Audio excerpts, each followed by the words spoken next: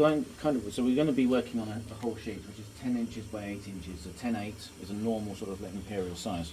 So let's bring this down to something which is kind of approaching 10/8, just slightly bigger. What we don't want to do, what you can do is you can put the paper underneath this, so you get a nice white crisp border all the way around the edge. But doing it is, you just don't bother. It's not the kind of style these days. So just go for above 10 inches and above 8 inches there, and that shows us pretty much the window that we've got to be able to put our piece of paper in there. It's about the same sort of size as the piece of paper. So we can see how much of the image we're going to get. And you can consequently see that the 35mm frame rate, the frame ratio, is completely different to the paper. This is like going from widescreen to an old 4:3 television. Yeah, and that's something that doesn't, quite often when you get something digitally printed now, you get it printed on A4, which is similar, much more similar to that sort of size.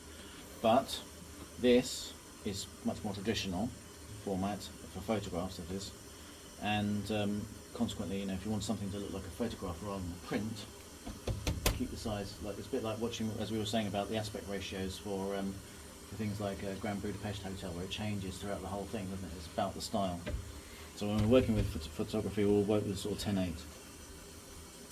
So we do the same thing again. That's opened right up. We're not going to have it anywhere as high as that. Let's have it down sort of like that there.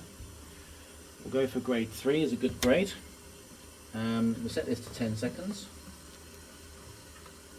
And then we do the same thing again. So we put a test print on here, test sheet.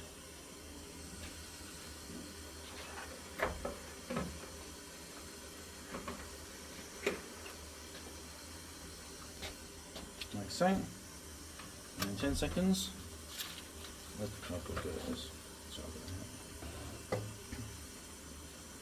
Now this time, you can't rest the cardboard on top of it because you might move the piece of paper. Of course, then you end up with sort of like double image.